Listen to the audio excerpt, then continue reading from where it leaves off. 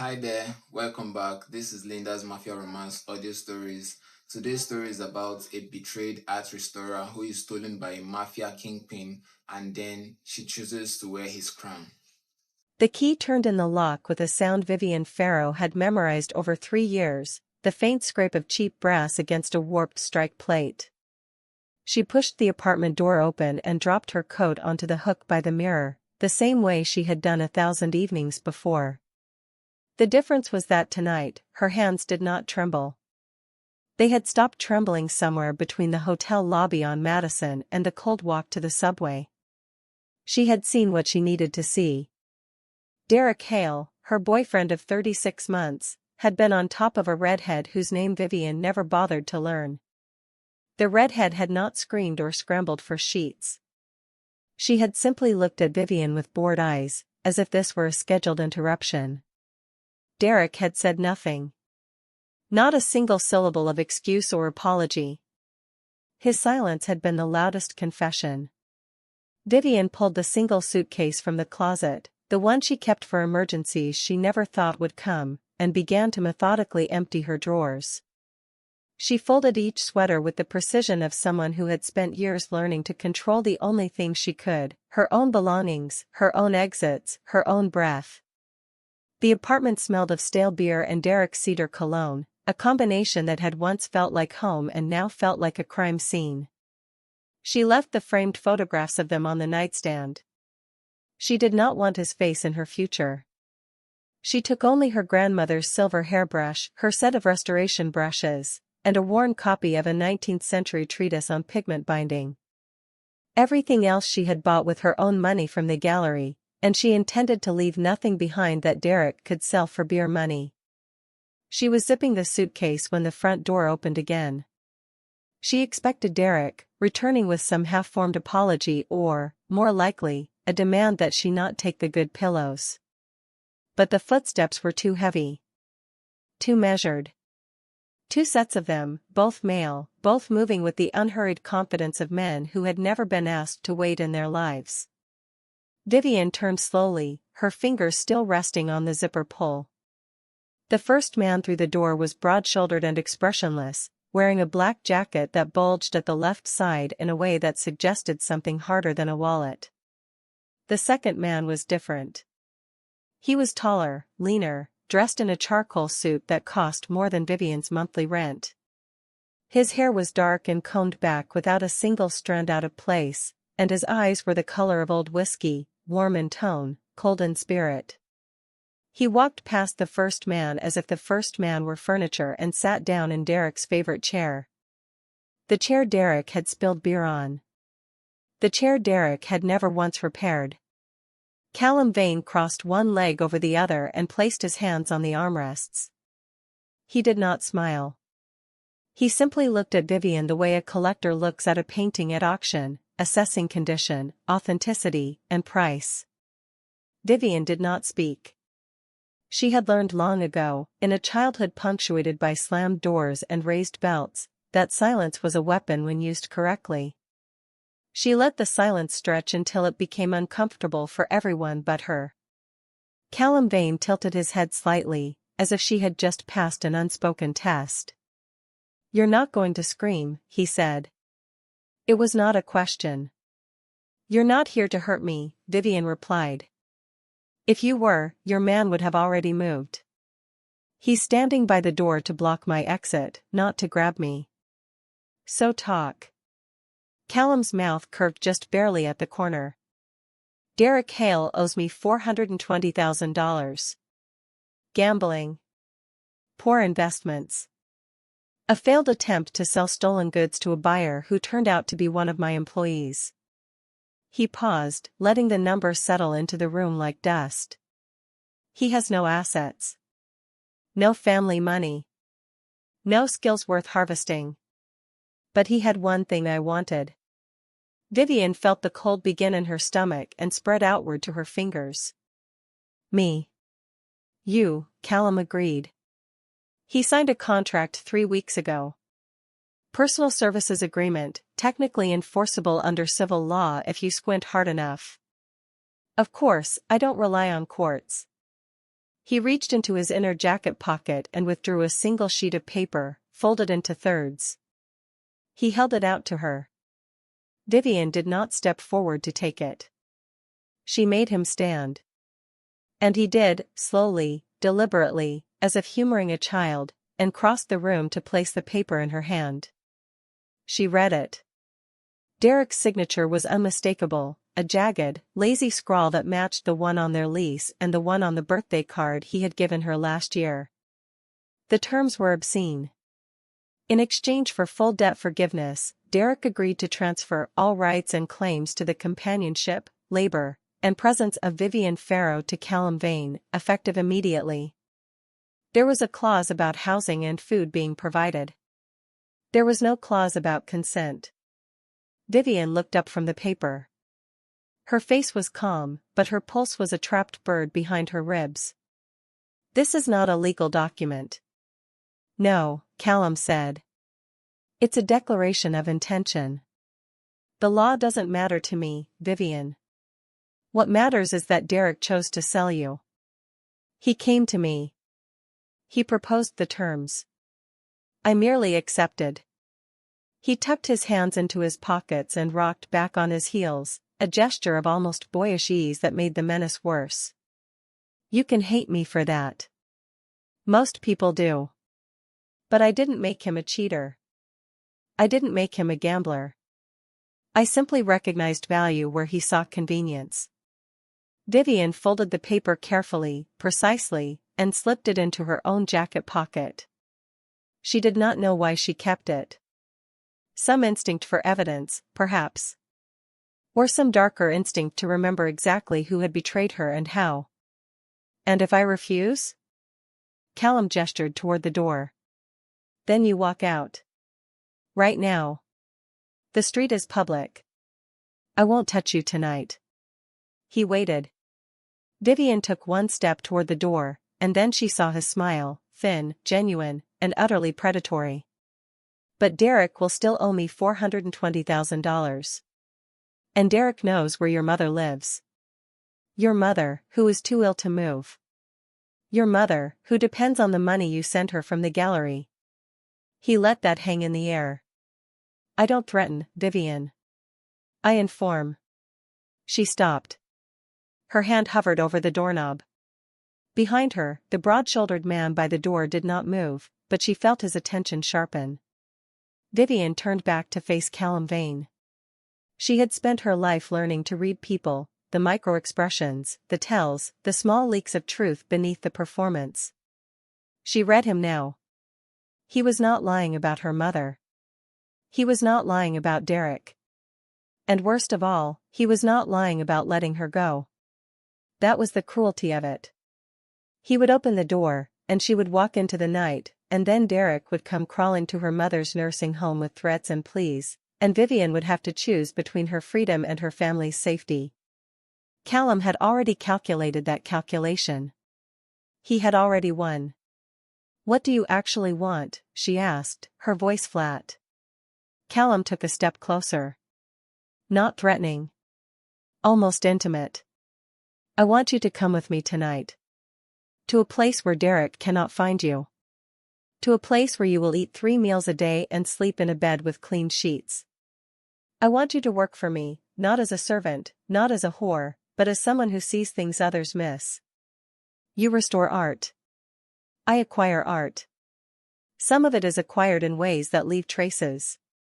I need someone who can authenticate, repair, and, when necessary, erase those traces."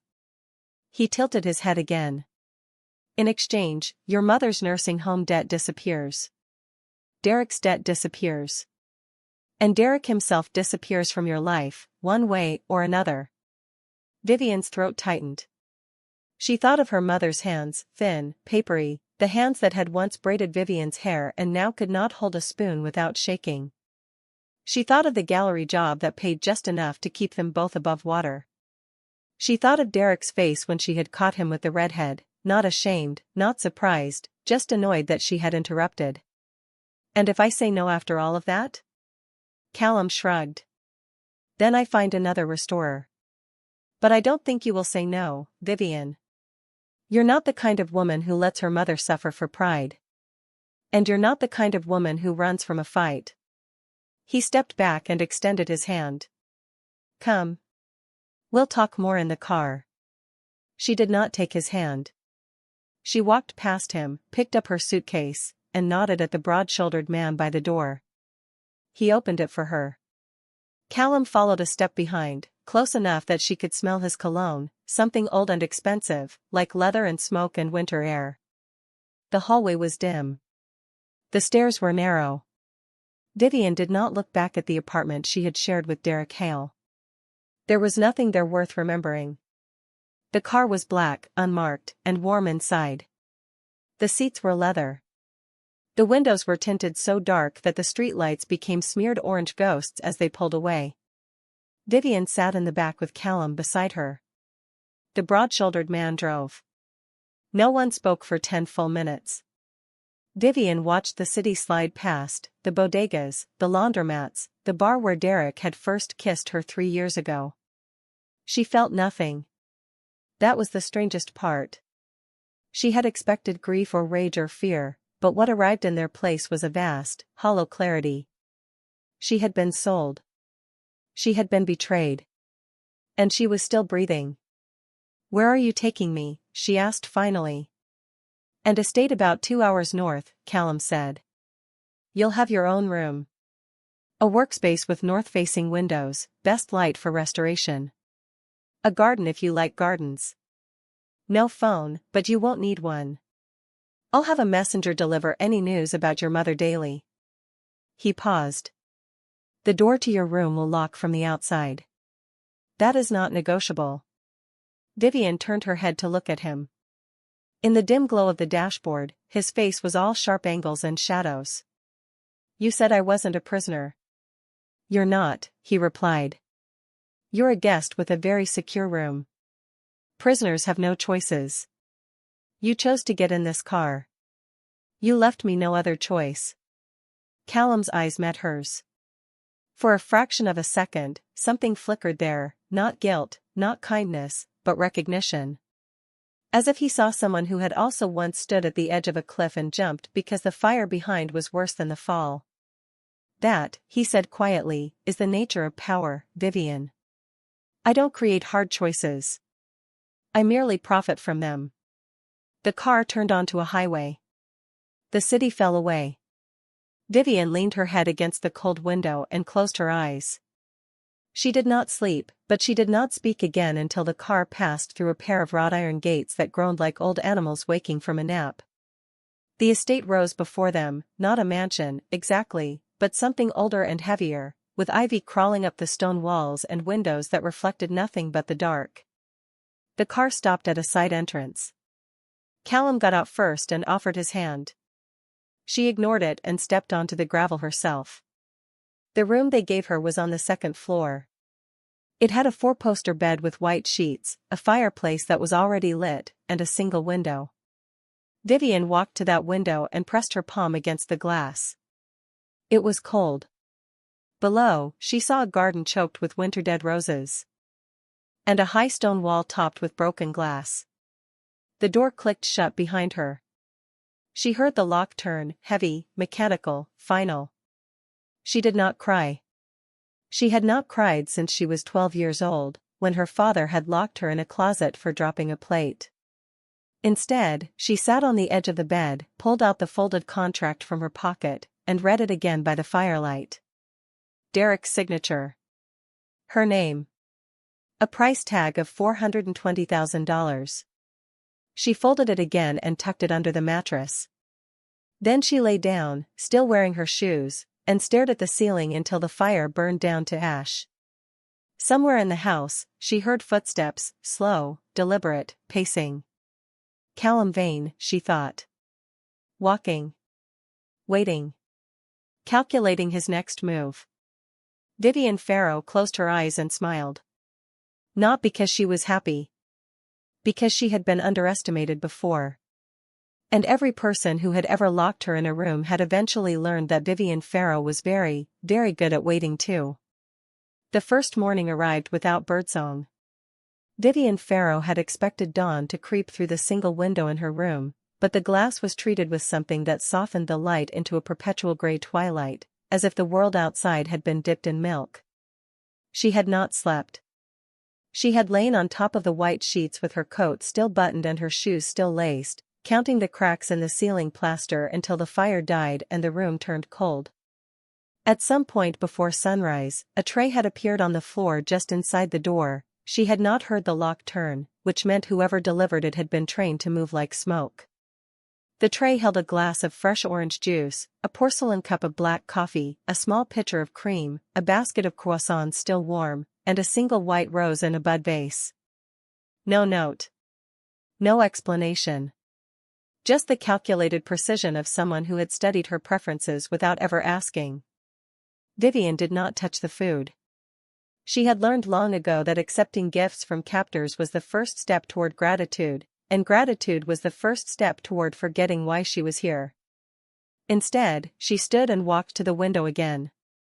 The garden below was exactly as she had seen it the night before: dead roses, frostbitten hedges, a stone wall topped with jagged glass. Beyond the wall, a line of trees so dense they might as well have been a second wall. She tested the window latch. Locked. She ran her fingers along the frame. Reinforced steel beneath the painted wood. She pulled the drapes closed and turned to examine the room. It was not a cell. That was the cruel genius of it. The bed was genuine mahogany, the kind that cost more than her monthly salary. The fireplace was marble veined with gold. A writing desk sat against the far wall, stocked with fountain pens and cream-colored paper. The adjoining bathroom had a clawfoot tub and heated floors and soaps that smelled of lavender and honey. Everything was beautiful. Everything was a cage wrapped in silk. Vivian opened the closet.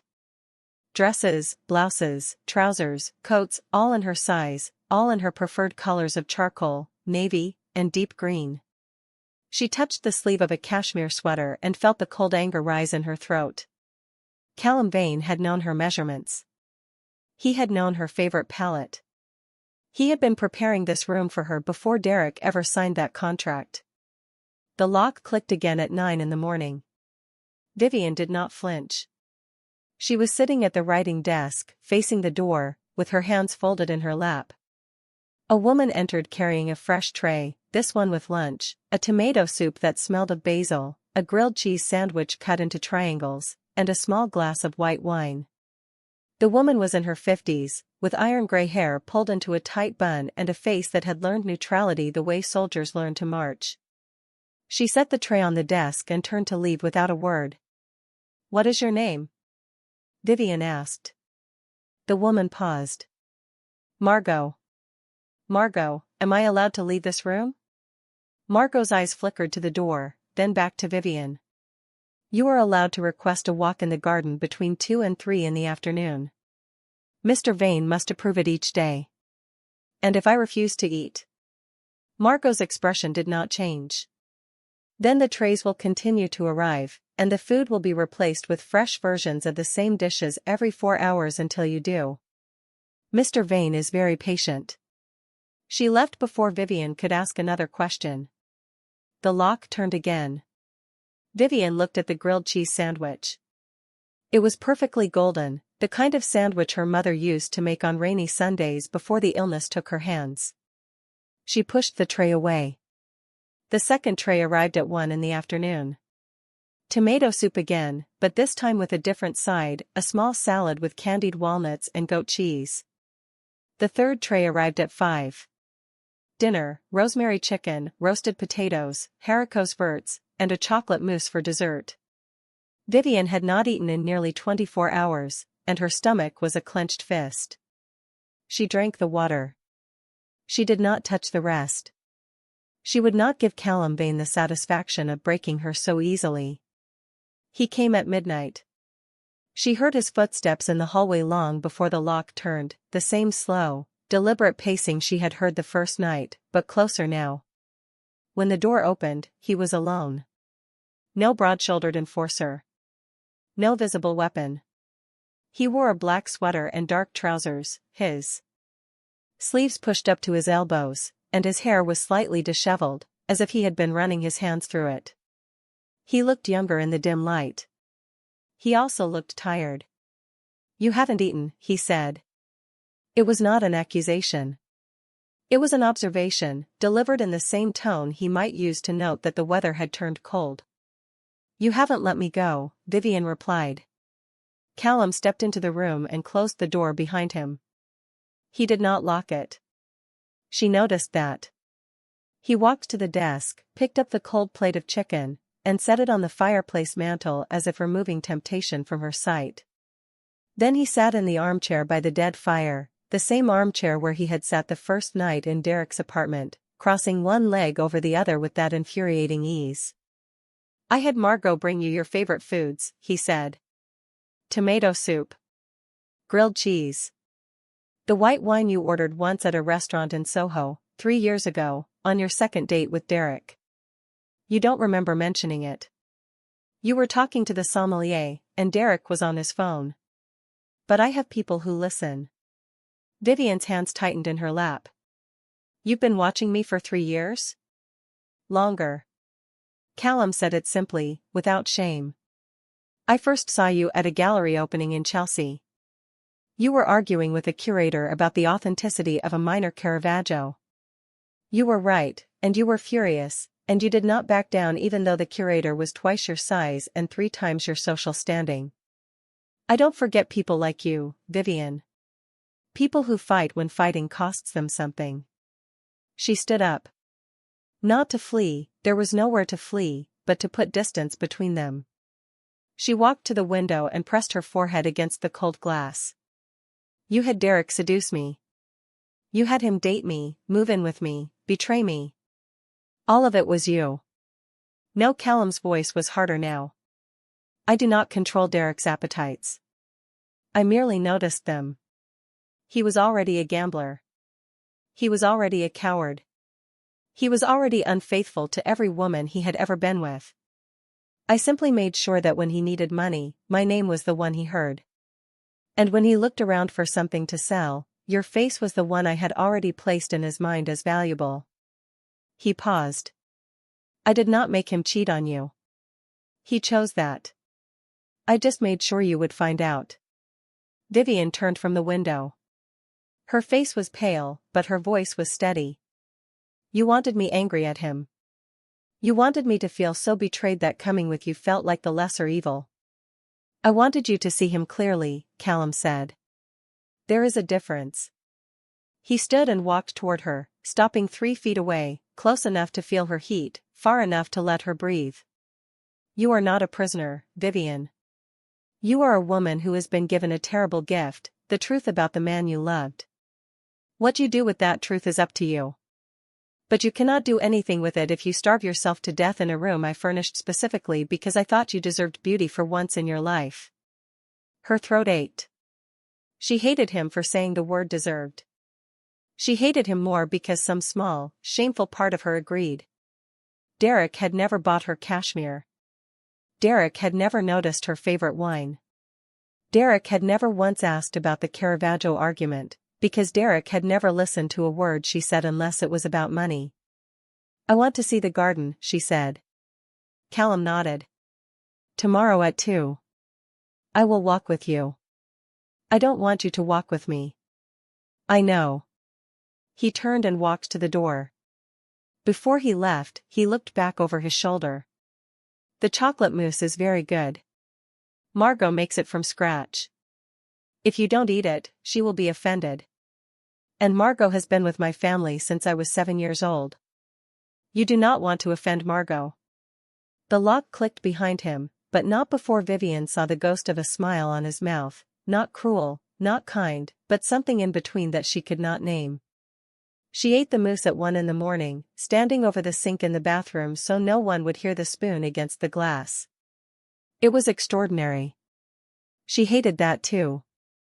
The next day at 2 o'clock, the lock turned, and Margot appeared with a heavy wool coat in Vivian's size. "The garden," Margot said. 15 minutes. Mr. Vane will be waiting by the rose arbor." Vivian put on the coat without argument. She had spent the morning testing every surface in the room, the floorboards, the window frame, the fireplace flue, and found nothing but solid construction and careful design. There was no escape from this room except through the door. And the door only opened for Callum Vane and Margot. The garden was larger than it had appeared from above.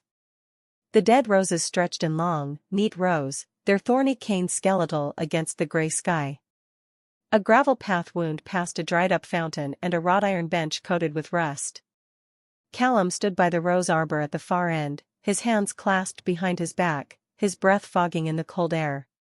He wore a long charcoal coat and no gloves. Vivian stopped 10 feet away and did not come closer. "You ate the moose," he said. "Margot has good whisk technique." That earned her a real smile, brief, crooked, gone before it could soften his face. "She will be pleased. She has already decided you are too thin and too stubborn." Her exact words were, "That girl needs gravy and a nap." He gestured to the bench. "Sit." "I don't bite." "I don't know that." "No," he agreed. "You don't. But you're curious.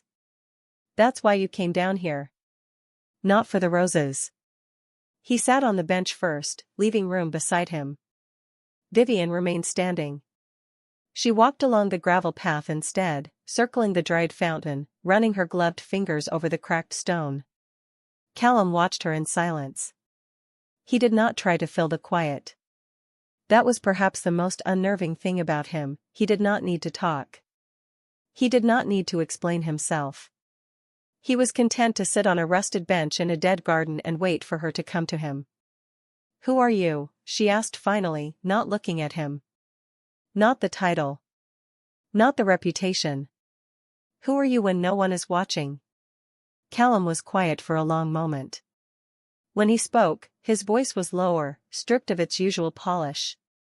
"I am a man who learned at 6 years old that the world does not protect the weak. My mother died of a treatable infection because the landlord locked us out of the apartment for non-payment. I was holding her hand when she stopped breathing. After that, I decided I would never be locked out of anywhere again. I would be the one holding the keys." He paused. "When I was 10, I picked my first pocket. When I was 14, I ran my first protection racket. When I was 22, I killed a man who tried to take everything I had built. I am not a good man, Vivian. I am not a kind man. But I am a man who keeps his promises." Vivian turned to face him. The wind picked up, tugging at her hair. "And your promise to me?" "That you will never be hungry. That you will never be cold. That no one will ever touch you without your permission." He held her gaze. "And that when you are ready to leave, I will open the door myself and watch you walk through it." "That is not a lie. That is not a manipulation. That is the only thing I have ever truly meant." She wanted to believe he was lying. Every instinct she had developed in the years since her father's house told her that powerful men did not offer exits. They offered cages with nicer curtains. But something in his face, the set of his jaw, the way his hands rested motionless on his knees, made her pause. She had spent her life restoring paintings. She knew the difference between a genuine crack in the canvas and a fake one painted to look old. Callum Vane was not a fake. He was exactly what he appeared to be, a predator who had somehow convinced himself that his teeth could be gentle. "Tomorrow," she said, "I want tomato soup again. And a book. Not a book you chose. A book from the house library that I pick myself." Callum nodded slowly. "The library is on the first floor. You may choose one book per day, under supervision." He stood and brushed the rust from his trousers. "And Vivian?" "The soup is better with the grilled cheese. Margot will be offended if you skip it again." She did not smile. But she did not frown either. She walked back toward the house with Callum 3 paces behind her, close enough to guard, far enough to let her pretend she was walking alone. That night, she ate the tomato soup and the grilled cheese. She drank the white wine. She read the first chapter of a detective novel she had chosen from the library, a book she had already read 3 years ago, but she did not tell Callum that. She needed him to believe she was settling in. She needed him to believe the cage was working. Because Vivian Farrow had not stopped planning her escape. She had simply realized that escape required information. And information required patience. And patience required her to eat the soup, drink the wine, and smile at the man who had stolen her from a cheating boyfriend she had stopped loving months ago. The lock turned at 11 that night. She did not look up from her book. But she listened. And she learned. The footsteps in the hallway were not Callum's. They were lighter, quicker, accompanied by the soft jingle of keys. A woman's voice murmured something to Margot. Then a new face appeared in the doorway, a woman in her late 30s, sharp-eyed, with red hair cut short and a doctor's coat over a black turtleneck. She did not knock. She walked in as if she owned the room and sat on the edge of Vivian's bed without asking. "I'm Lenore," the woman said. "Callum's sister. I'm a psychologist. He didn't send me. I came because I wanted to see the woman who made my brother stay up all night reading about art restoration techniques." She tilted her head. "You're not eating enough. Your collarbones are showing. And you have the same look I had when I first moved into this house 20 years ago." Vivian closed her book. "What look is that?" "The look of someone calculating how to burn the place down without getting caught." Lenore smiled. It was not a warm smile. It was the smile of someone who had also once been a prisoner in a beautiful room. "Good. Don't lose it. But while you're planning your fire, eat the damn soup. My brother is many things, but he's not a liar about the food. Margot will actually cry if you waste her mousse." Lenore stood and walked to the door. Before she left, she turned and added, almost casually, "Callum thinks he's protecting you. He thinks if he keeps you safe and fed and warm, you'll eventually see him as something other than a monster. He's wrong, of course. You'll see him exactly as he is. The question is whether you'll run when you do." She left. The lock turned. Vivian sat in the silence and realized, with a cold trickle of dread, that Lenore had not waited for an answer because she already knew what it would be. Vivian did not sleep that night either. But she ate the breakfast tray when it came. She drank the coffee. She even nodded at Margot when the older woman appeared to collect the dishes. Margot's expression did not change, but her shoulders relaxed by a fraction of an inch. Progress, Vivian thought bitterly. They were measuring her compliance in millimeters, and she was letting them. That evening, Callum did not visit. Vivian sat by the fire. She had learned to light it herself, using the matches on the mantel, and read her detective novel for the 4th time. At midnight, she heard the footsteps again. Not Callum's. Not Lenore's. These were heavier, male, accompanied by the creak of leather. The lock did not turn. The footsteps passed her door and continued down the hall. A door opened somewhere to her left. A man's voice, low and rough, said, "She's too quiet. Quiet ones are dangerous." Another voice, this one familiar, Callum's, replied, "She's not dangerous, Marcus. She's wounded." "There's a difference." "There's no difference," Marcus said. "Wounded things bite." Callum laughed. It was a soft, almost sad sound. "Then I'll bandage her teeth. Good night, Marcus." The footsteps faded. Vivian set down her book and stared at the fire until the flames reduced to embers. She had a name now, Marcus Webb, the broad-shouldered man from the apartment. She had a piece of the layout. Her room was on the 2nd floor, the library on the 1st, Lenore's room somewhere nearby. She had a weakness, Callum's sister, who had visited without permission, who might be turned into an ally or an unwitting source of information. She had a timeline, every day at 2, the garden walk. Every night at 11, the lock turned for Lenore. Every midnight, Callum passed her door. She was not free. But she was no longer blind. Vivian Farrow folded her hands over the detective novel and smiled into the dying fire. The cage was gilded. The cage was warm. But cages had doors, and doors had locks, and locks had keys. She did not know where the keys were yet. But she had patience. She had always had patience. And somewhere in the house, Callum Vane was pacing again. Waiting. Calculating. Believing he had already won. He had no idea. By the end of the first week, Vivian had memorized the sounds of the house. The creak of the third step from the bottom. The way the hot water pipes groaned at 6 in the morning. The soft shuffle of Margot's shoes on the hardwood outside her door.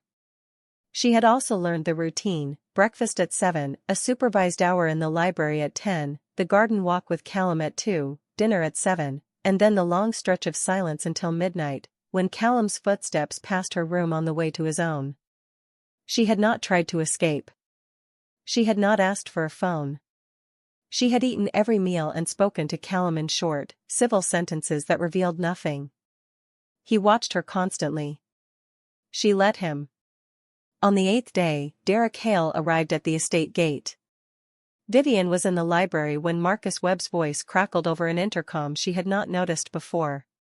She heard Callum answer from somewhere upstairs, a low murmur, then a pause, then the unmistakable sound of his footsteps descending the main staircase at speed. Vivian set down the book she was pretending to read and moved to the library window. The front gate was visible through the trees. A familiar silver sedan idled there, its driver's door open. Derek stood outside the gate, his hands gripping the wrought iron bars, his mouth moving in words she could not hear. He looked smaller than she remembered. Thinner. His hair was unwashed, his jacket stained at the collar. He was shouting. Callum appeared on the gravel drive with Marcus beside him. They walked toward the gate without hurry. Vivian pressed her palm against the cold windowpane and watched the man who had sold her beg for something: reduced debt, perhaps, or a chance to explain, or simply the pathetic hope that Callum Vane might be merciful. She felt nothing.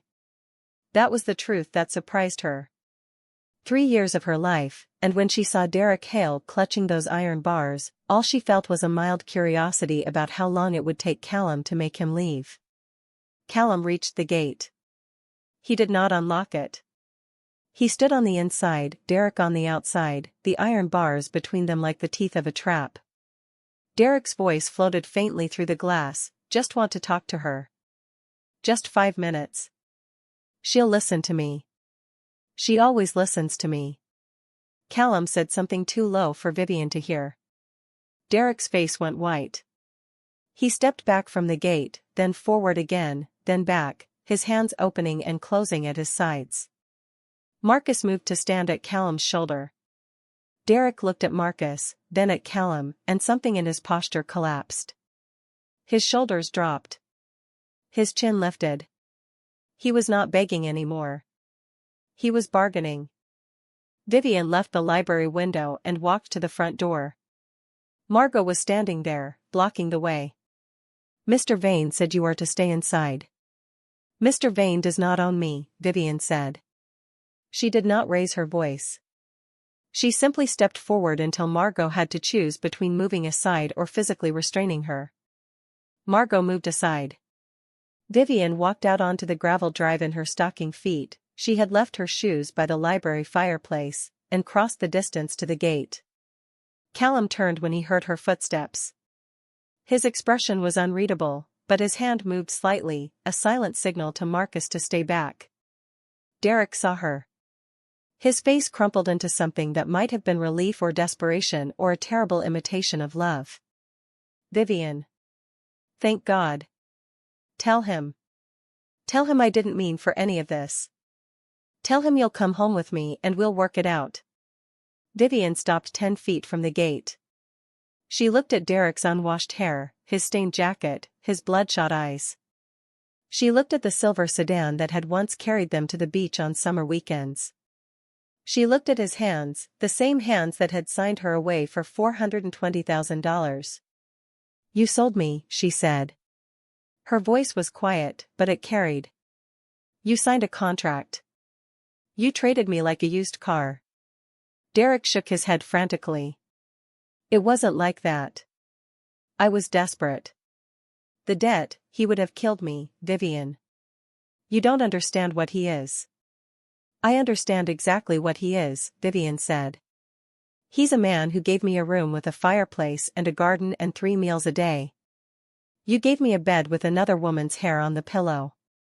She took a step closer to the gate. You don't want me back. You want your debt gone. You want to stop being afraid.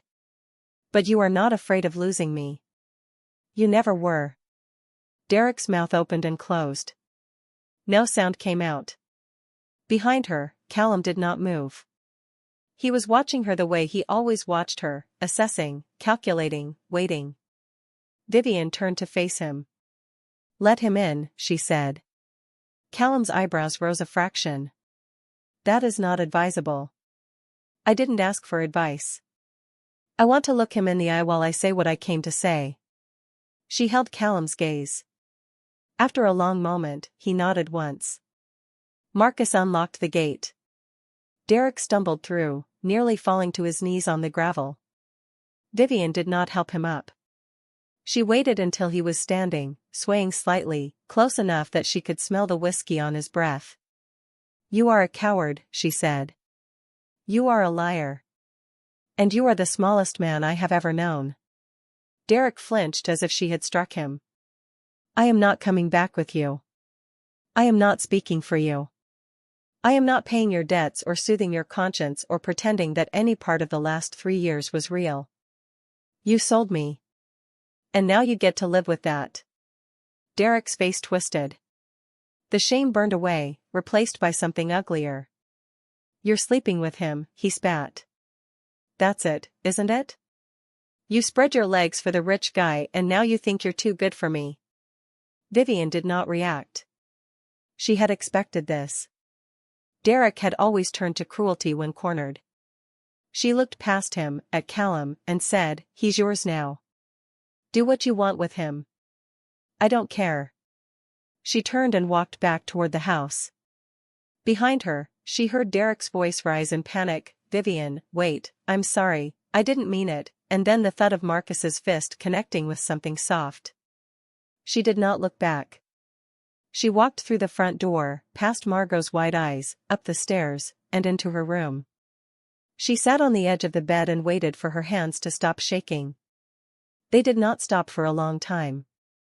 Callum came to her room 3 hours later. He did not knock. He opened the door and stood in the doorway, his sleeves rolled up, a thin cut on his knuckles that he had not bothered to clean. He's gone, Callum said. I let him go.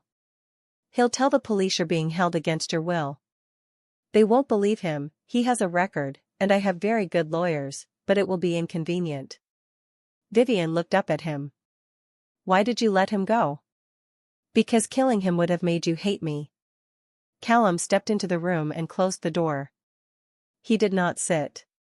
He stood with his back against the wood, arms crossed, watching her. And because you were right. He's small. He's not worth the bullet. You didn't have to hit him. No, Callum agreed. I wanted to. They looked at each other across the room. The fire crackled. Somewhere below, Margot was humming in the kitchen. Vivian realized, with a strange, hollow clarity, that she believed Callum when he said he had let Derek go for her. Not because he was kind. Because he was strategic. And her hatred was a variable he had learned to calculate. I want a phone call, Vivian said. To my mother's nursing home. I want to hear her voice. Callum nodded slowly. Tomorrow. After breakfast. You will be supervised. I know. He turned to leave, then paused with his hand on the door. You were magnificent, he said quietly. At the gate. You didn't cry. You didn't scream. You just told him the truth. That takes a kind of strength most people never find. Vivian said nothing. She waited until the lock clicked and his footsteps faded down the hall. Then she lay back on the bed and stared at the ceiling. She had told Derek she did not care what happened to him. That was a lie. She cared very much. She cared that she had stood 10 feet from a man she had once loved and felt nothing but contempt. She cared that she had handed him over to Callum Vane without a second thought. She cared that the person she had become in 8 days was harder, colder, and more dangerous than the woman who had walked into that apartment with a suitcase and a broken heart. The phone call came the next morning. Margot brought a cordless phone into Vivian's room and stood by the door while Vivian dialed. Her mother's voice was thin and reedy, blurred by medication, but it was hers. "Vivi? Is that you?" "It's me, Mama." The nice man paid the bill. The whole bill. "He said you got a new job upstate. Are you eating? You look too thin in the picture he sent." Vivian closed her eyes. "I'm eating, Mama. I'm fine." "Good. Send more pictures. And tell the nice man thank you." Vivian said goodbye and handed the phone back to Margot. She sat very still for a long moment. Then she stood, walked to the bathroom, and threw up the breakfast she had eaten an hour earlier. When she came out, wiping her mouth with the back of her hand, Margot was still there. The older woman did not ask questions. She simply placed a glass of water on the nightstand and left. That afternoon, Callum did not come for the garden walk. Vivian stood by the window and watched the dead roses shiver in the wind. She thought about the phone call. She thought about her mother calling Callum Vane a nice man. She thought about the way Derek had crumbled at the gate, and the way she had felt nothing, and the way that nothing had scared her more than any threat Callum had ever made. She was changing. The cage was not just a cage. It was a crucible. And Vivian Farrow was not sure what would emerge when the fire went out. That night, she dreamed of her father's closet. The dark. The smell of mothballs. The sound of the lock turning. She woke screaming, her throat raw, her sheets twisted around her legs like ropes. The door opened before she could catch her breath. Callum stood there in the dark, wearing only his trousers, his chest bare, his hair disheveled from sleep. He did not come to her. He did not touch her. He walked to the armchair by the dead fire, sat down, and began to read aloud from the book on her nightstand. It was the detective novel. He read badly, stumbling over the long words, his voice rough with sleep. But he read until her breathing steadied. He read until her hands unclenched. He read until she fell asleep again, not because she felt safe, but because she was too exhausted to stay awake. When she woke in the morning, he was gone. The armchair was empty. But the book was open to the page where he had stopped, and a glass of water sat on the table beside it. She drank the water. She ate the breakfast tray. She walked to the window and looked out at the garden, and for the first time in 9 days, she did not look for a way out. She looked at the roses. Dead, yes. But winter did not last forever. The call came on a Tuesday. Vivian was in the library, her fingers wrapped around a cup of tea that had gone cold an hour ago, when Marcus Webb burst through the door without knocking.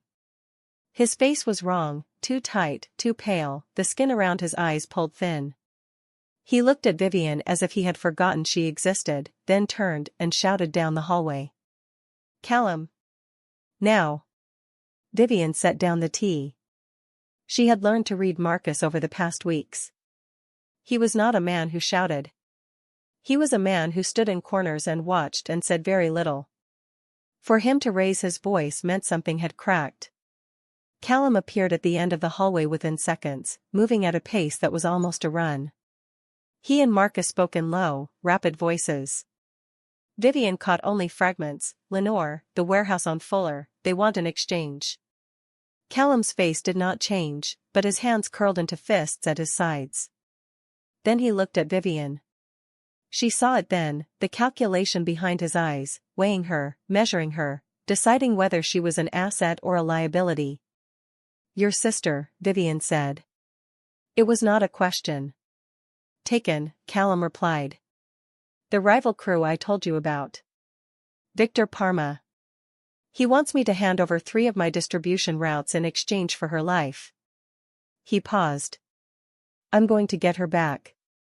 You're staying here with Margot and 2 guards. Vivian stood. No. Callum's jaw tightened.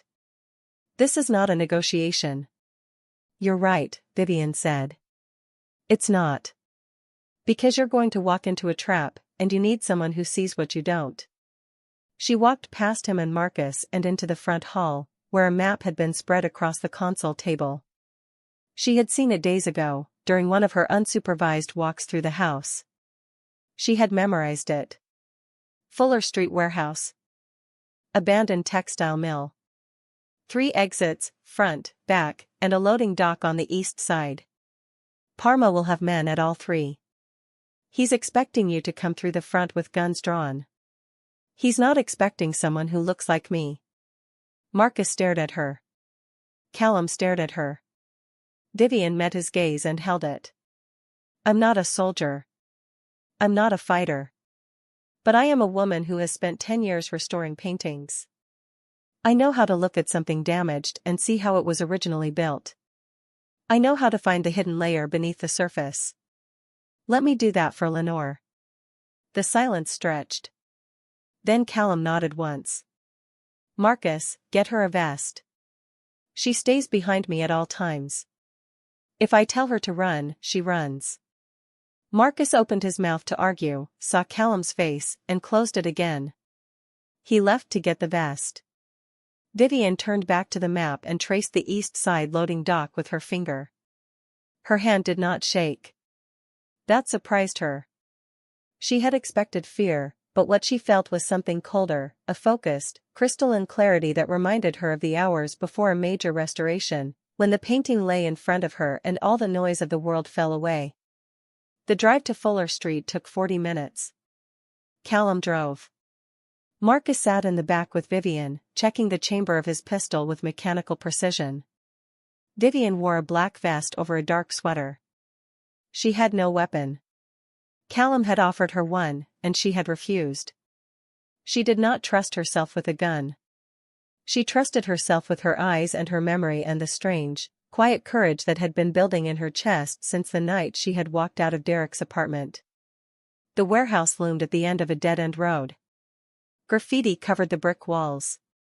Broken windows stared out like empty eye sockets. Callum parked 2 blocks away. They approached on foot, staying close to the buildings.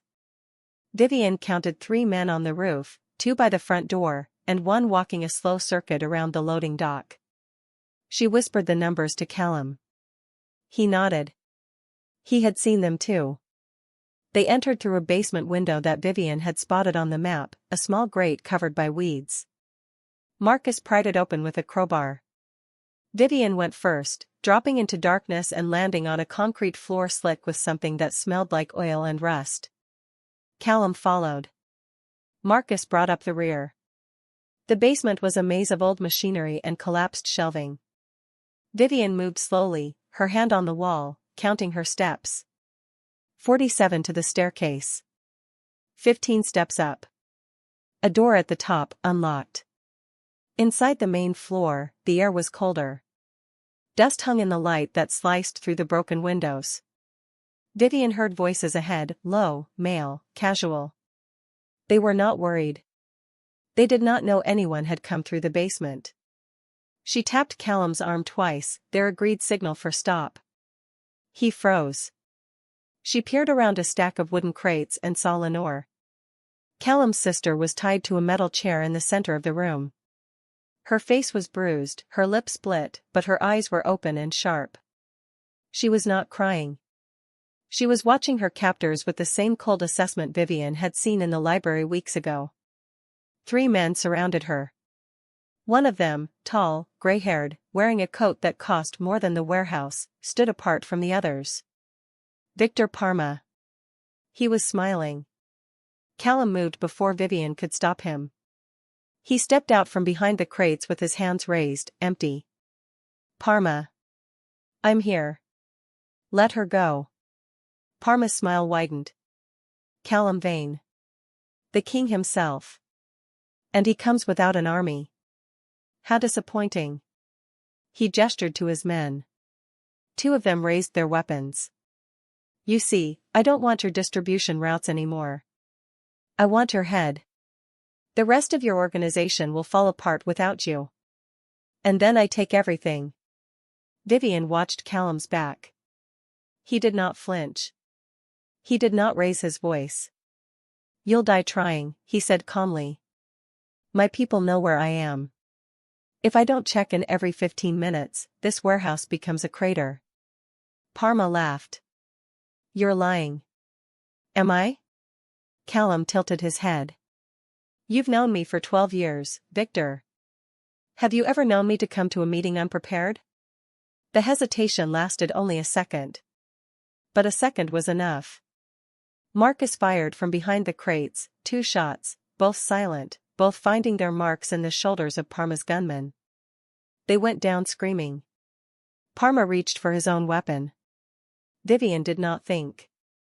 She picked up a shard of broken pipe from the floor and threw it as hard as she could.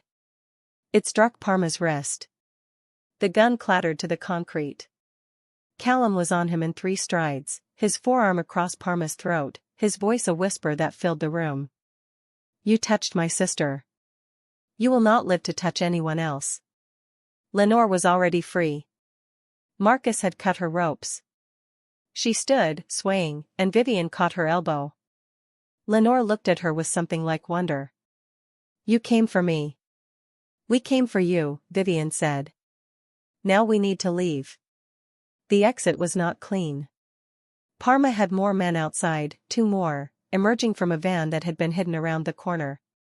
Callum pushed Vivian and Lenore behind a collapsed wall and stood in front of them, firing over the hood of a rusted car. Marcus flanked left. The gunfire was loud, sharper than Vivian had imagined, each shot a crack that echoed off the brick and lodged in her chest. She covered Lenore's body with her own. Lenore did not scream. She was trembling, but she did not scream. Then it was over. The 2 men were down. Parma was bleeding on the warehouse floor, his wrist bent at an angle that made Vivian look away. Callum walked back to her, his face spattered with something dark, his breathing ragged. He reached down and pulled her to her feet. His hand was warm. His grip was too tight. You threw a pipe, he said. It was the only thing in reach. He stared at her for a long moment. Then he laughed, a short, disbelieving sound that turned into a cough. He was bleeding from a graze on his ribs. Vivian had not noticed. She pulled off her sweater, pressed it to his side, and held it there. He did not thank her. He simply looked at her as if he were seeing her for the first time. They drove back to the estate in silence. Lenore sat in the front passenger seat, wrapped in Marcus's jacket. Vivian sat in the back with Callum, her hands still stained with his blood. He leaned against her shoulder. She did not push him away. The road unrolled before them, gray and endless, and Vivian thought about the moment she had thrown the pipe. She had not aimed. She had not hesitated. She had simply acted, as if Callum Vane's survival had become her instinct. That was the unraveling. Not love. Not yet. But something that looked like the beginning of trust, and trust was more dangerous than any bullet. Back at the estate, Margot took Lenore to the kitchen for tea and bandages. Marcus disappeared to secure the perimeter. Vivian stood in the front hall with Callum, his blood drying on her hands, her sweater lost somewhere on the warehouse floor. He reached out and touched her face, her cheek, her jaw, the corner of her mouth. His fingers were cold. You could have died, he said. So could you. I'm not worth dying for. Vivian looked at him. The kingpin. The collector. The man who had stolen her from a cheating boyfriend and locked her in a beautiful room. She saw the blood on his shirt, the exhaustion in his eyes, the crack in his voice when he spoke of his sister. She saw a man who had been alone for so long that he had forgotten how to be anything but hard. That's not your decision, she said. She walked upstairs without looking back.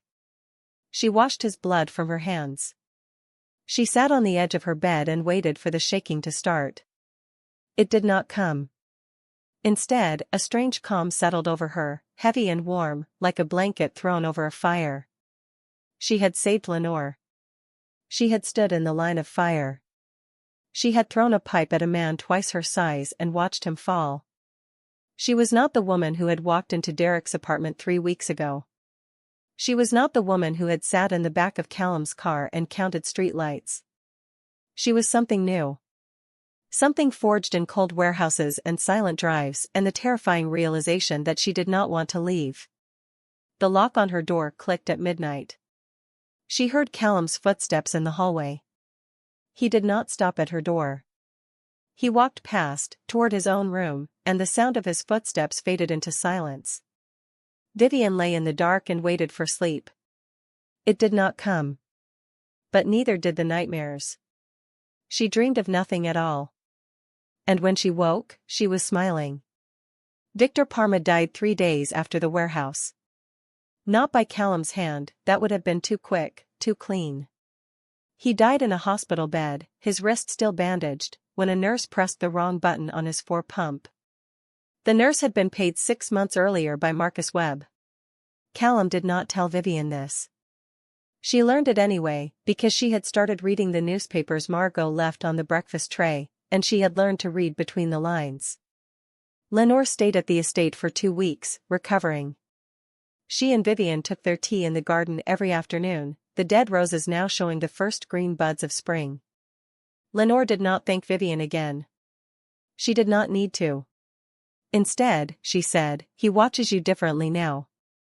Not like a possession. Like a compass. Vivian said nothing. But she did not disagree. Callum came to her room on the 21st night. He did not lock the door behind him. He sat in the armchair by the fire, and Vivian sat on the bed, and they talked until the fire burned down to ash. Not about business. Not about the warehouse. About her mother's hands. About the first painting he ever stole. About the small, ordinary things that build a bridge between two people who have only ever known how to build walls. I'm not going to open the door, he said finally. Not tonight. Not ever, if you stay. But I need you to say it. I need you to choose. Vivian looked at the door. Unlocked. Unguarded. The gravel drive beyond the window, the gate beyond that, the road that led back to the city and the gallery and the life she had left behind. She looked at Callum Vane, the blood on his ledger, the kindness in his rare smiles, the way he had read to her in the dark when she screamed for a father who had locked her in a closet. She stayed. She did not say yes. She did not say no. She walked to the armchair, took his hand, and placed it over her heart. He felt it beat. He felt it choose. Spring came to the estate. The roses bloomed. Vivian restored a stolen painting in the north-facing studio Callum had built for her, and she did not ask where it had come from. He did not offer to tell her. Some secrets, they learned, were better kept as gifts. She became Madame Vane not through a ceremony, but through a quiet morning when Margot placed 2 cups of coffee on the breakfast tray instead of 1. Marcus Webb nodded at her in the hallway. Lenore kissed her cheek and called her sister. And Callum looked at her across the table and said nothing at all, because everything that needed saying had already been written in the spaces between their silences. The crown was not gold. It was not power. It was the weight of a choice made freely in a room with an unlocked door. Vivian Farrow wore it anyway. If you want more stories of dark romance, slow burn tension, and characters who fight for every inch of their happily ever after, subscribe to my newsletter. New chapters, exclusive content, and the next twisted love story delivered straight to your inbox. That's the end of the story. I hope you really loved it. Please like, share, comment, and subscribe. Don't forget to turn on your notification button till the next story. Stay dangerous.